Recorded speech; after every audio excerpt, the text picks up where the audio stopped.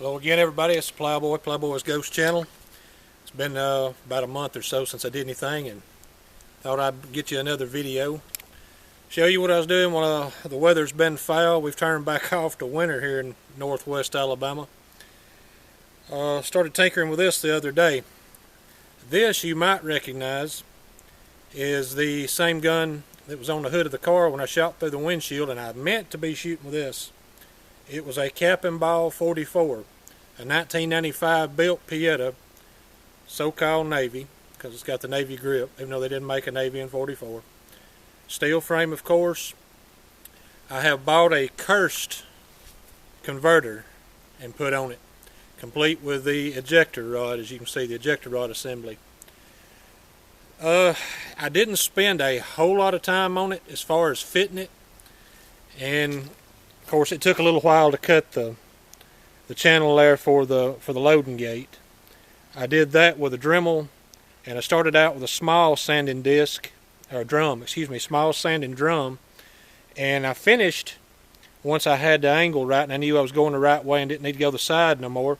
I used the big one to finish it, and that's actually just barely larger than the diameter of the large sanding drum. You can set it in there and it just almost fits perfect. As you can see, put her on half cock.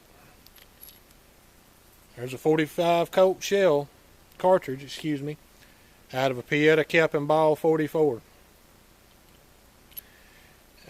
These, it's kind of a sweet spot right in the middle of the rotation of the cylinder is where they drop in and drop out, so you can find it just in a few seconds after playing with it.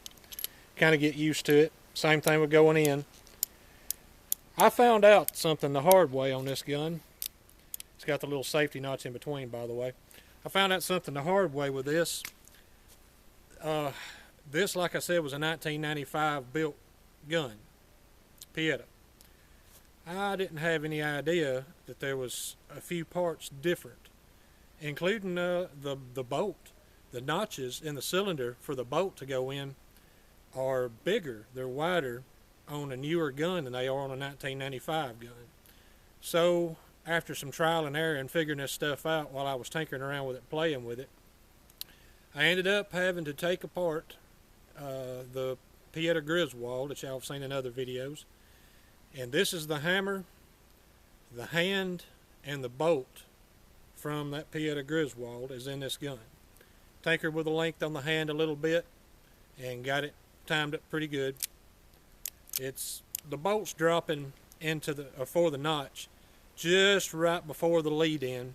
I'd like it to be just a hair later than that and drop in the lead in, but I'm going to get a different hand and work with it, see if I can leave it just a touch longer and get it to, be that much more advanced before the bolt drops. I don't have any problem with it throwing by not locking up. It's locking up solid like a bank vault locking up. I'm tickled with it. There was a little issue with the cylinder, the little ratchet gears that the hand catches. They're pretty long on this. They come on back a little bit. Well, there was an issue right here on this ring, on the separate ring, breechplate, where if the gun was I'm sure it's got something to do with 1995 tolerances versus 2015. When I had the gun turned to, this side, when you went to rotate it, it'd lock up.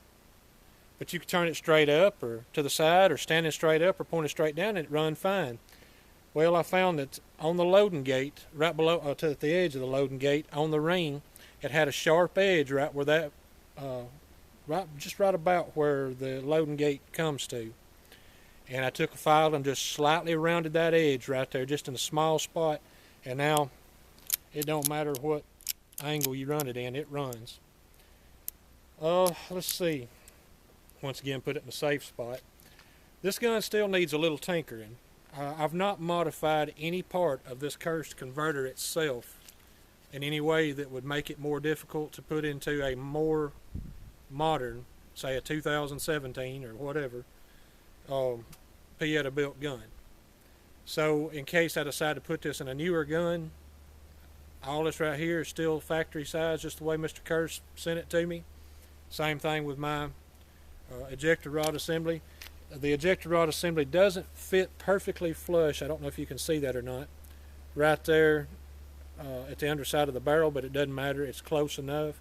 And I could modify that in just a few minutes, but I'm not going to. Like I said, I want to keep it like this in case I drop it in another gun. And it don't take me just a minute to knock a wedge out and take it all apart. And one screw gets the ejector housing off of it, and it's pretty straightforward.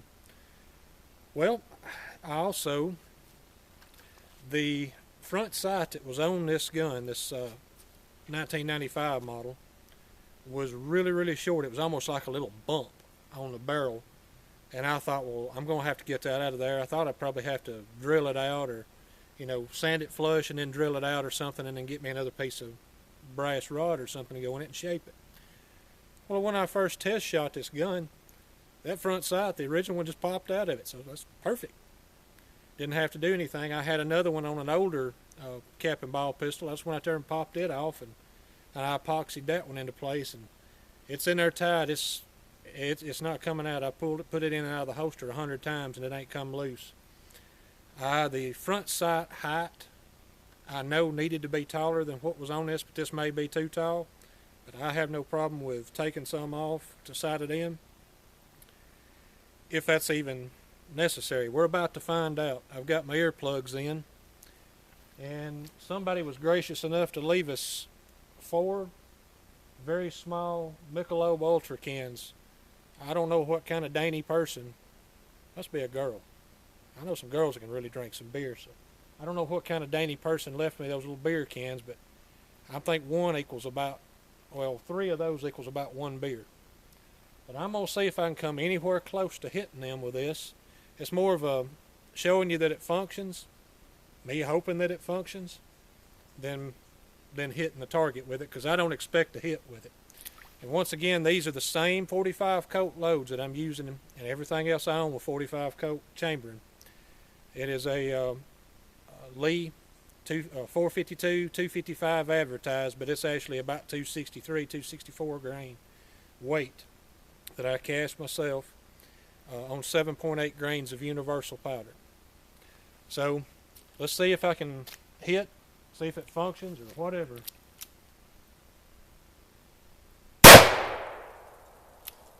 That was a clear miss. It's shooting high and just a hair left. So I'm going to do a little borrow some of Kentucky's windage, as Hickok says. Close. Still shooting over. And that was enough to scare the can. I don't think I hit it, but alright, let's see if this will eject. Everything's still rotating. The gun ain't come apart. My wedge ain't backed out. And I didn't tear a pail in half of Georgia, so far so good. There's one ejection. I don't know if y'all can see this. It's just a matter of getting the spacing just right. The rotation of the cylinder just right.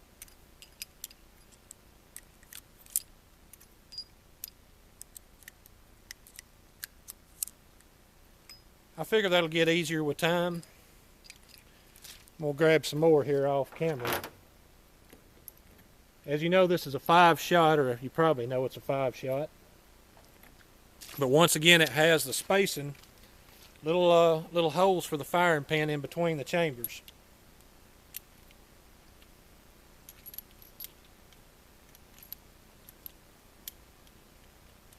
I don't think it'd take long of fooling this gun to get used to finding the sweet spot for the rotation, where to hold the cylinder to be able to get the shells drop in and drop out pretty easy. It is a smaller opening. It is a smaller opening than an 1873 Colt Peacemaker clone, but it's still got room. There's wiggle room around it, but you still have to have it in the right spot. Put a few more through it. See if I can miss. I know I can miss. I ain't got to see that.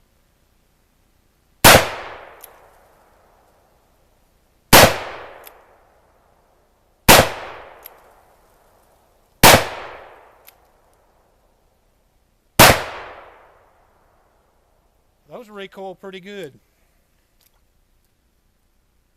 The wedge ain't backed out. don't see nothing that indicates impending doom. This isn't a full power load by no means. But it still kicks more than some of the stuff that I've shot through my other guns. Whoops. Can't let brass fall. At least I can't let it lay if I let it fall. Well, folks, is this Kirst Konverter complete with the ejector rod housing? Is it worth $478 on top of the price of the revolver? Well, that I can't tell you. That's up to each one of you to decide. But I could have bought a U-Birdie gun through Taylor's or Cimarron or something. Could have got an 1872 open top and 45 Colt. It would have been a 6-shot. It would have had the Navy grip like I want. But I like the look of the ring. And you know, those guns, the cylinder's going to be a lot beefier, I know, because it's 6-shot 45. Excuse me, the frame's going to be beefier.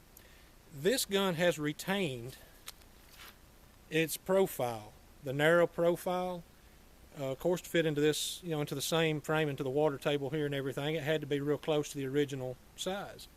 So when you hold it and you're looking at it like this, you know, it's just got that narrow, that nimble feel about it. And I'm crazy about it, to tell you the truth. It's got smoother the more I've tinkered with it and used it. It's getting smoother and smoother. I'm sure that there's a bunch more of y'all out there that's more capable than I am. You could probably make this even smoother than I am. We'll kind of take a little bit off the front sight, and right here in the notch on the hammer where your rear sight stays, I'll open it up to one side to get the windage right. I've done that on a few guns. As a matter of fact, I think I did it on this hammer for the Griswold. I did, so I have to open it up a little bit more the other direction. And well, that's about all I know to add to it. It's a little more expensive. Well, not more expensive than buying one that way, but it's truly converted. And I've never done an AR build. My boy's done an AR build just the other day. He's crazy about the one that's in the Army. This is my build, you know, sort of. And it's not everybody's speed, everybody's taste, but I'm enjoying it. I can say I put this gun together. It's actually a Franken gun. Parts of 2 guns at the moment and a converter system.